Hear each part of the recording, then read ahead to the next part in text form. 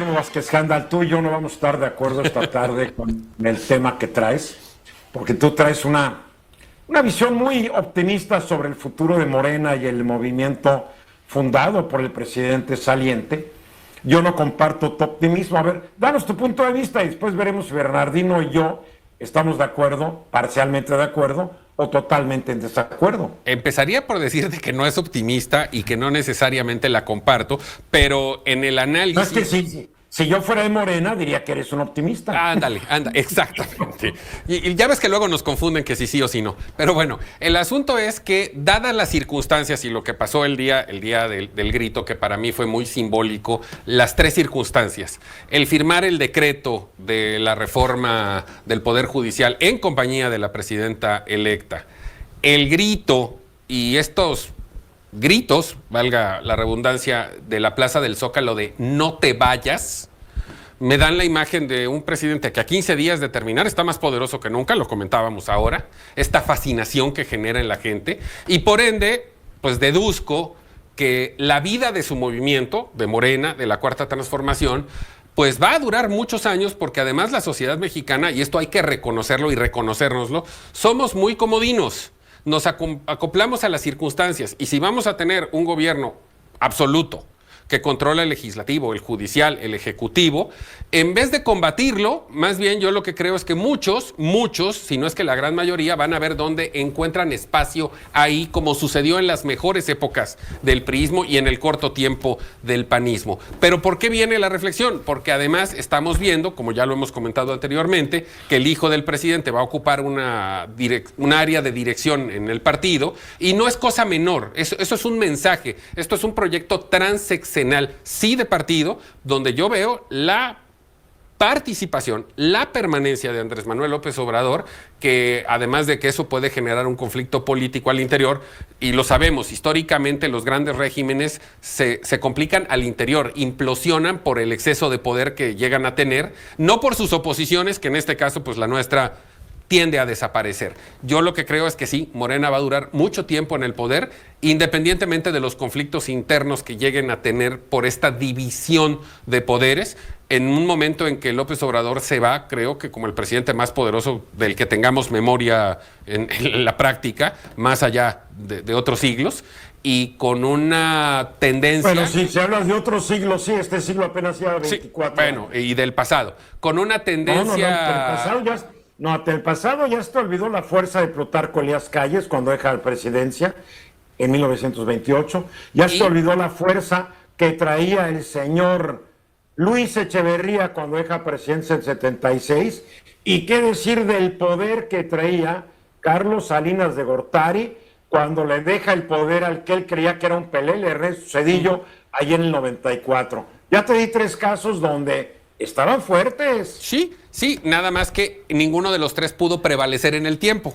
Acuérdate cómo se llevaron a Plutarco, los problemas de Salinas, y yo creo que López Obrador va a tener una permanencia, una vigencia operativa a través del hijo y por la popularidad que él tiene, que a ver qué pasa a partir de octubre, cuando entonces sí conozcamos realmente el talante de la presidenta electa. Bien. En ese sentido, ¿no? A ver, Bernardino. Yo, Eduardo, pues no estoy de acuerdo mucho con Guillermo, sin duda. Yo creo que a partir del 1 de octubre, desde mi punto de vista, el partido oficialista tiene que tener un reacomodo precisamente en temas que no le han sido útiles y que no le han servido. Hace rato hablábamos, por ejemplo, del tema de la salud. Este tema de la salud tiene que hacer algo, porque esto ya no tarda en explotar, sino es que ya está explotando en este sentido. Entonces, esa parte del poder que se ha acumulado en una sola persona, en algún grupo político del partido oficialista, pues creo que se tiene que disipar, se tiene que ir a otro lado, porque esto tiene que continuar de una manera más positiva. Entiendo que Morena ahorita tiene la mayoría en todos los lados, eso es cierto, Guillermo, eso es cierto, Eduardo, pero también lo cierto es que socialmente hablando, insisto, el tema de salud ya no puede seguir así en ese sentido. Entonces tiene que haber un reacomodo al interior. Bien. En esa parte. Pero me llama mucho la atención. Yo me quiero remontar algo. El presidente López Obrador ya tiene 70 años, para empezar, mi querido Guillermo. Sí.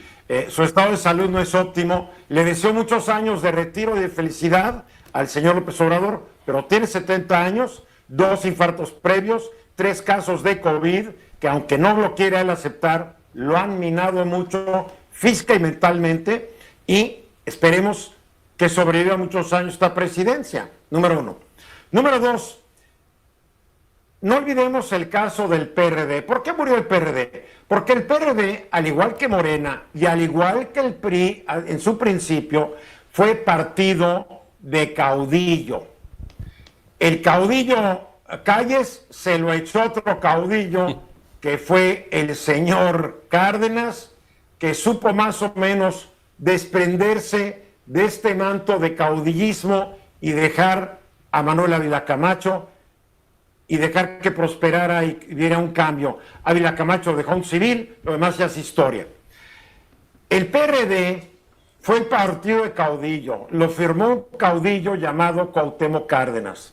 Cuando Cárdenas fracasa en su tercer intento para ganar la presidencia, su posición la usurpó, hay que decirlo porque así fue, Andrés Manuel López Obrador, y se convirtió en el nuevo caudillo del PRD. Después de fracasar 2 veces para conseguir la presidencia de López Obrador, tenía una alternativa: seguir en el PRD y que le hiciera lo mismo que le hicieron a Cárdenas, o formar su propio partido, lo cual lo hizo y ha sido un éxito rotundo que demuestra su genio político.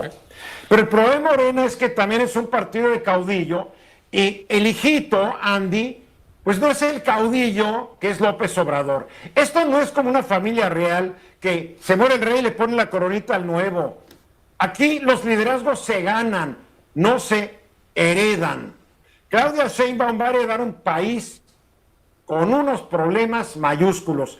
Uno de ellos, ya lo mencionó Bernardino, un sistema de salud colapsado, una economía que no está creciendo, un pastel que cada vez alcanza una rebanadita más delgadita para cada mexicano, que si no fuera por los planes sociales y el salario mínimo que se aumentó, quién sabe cómo estaríamos. Entonces yo creo que, y repito, el tiempo todo lo juzga. Todo lo juzga.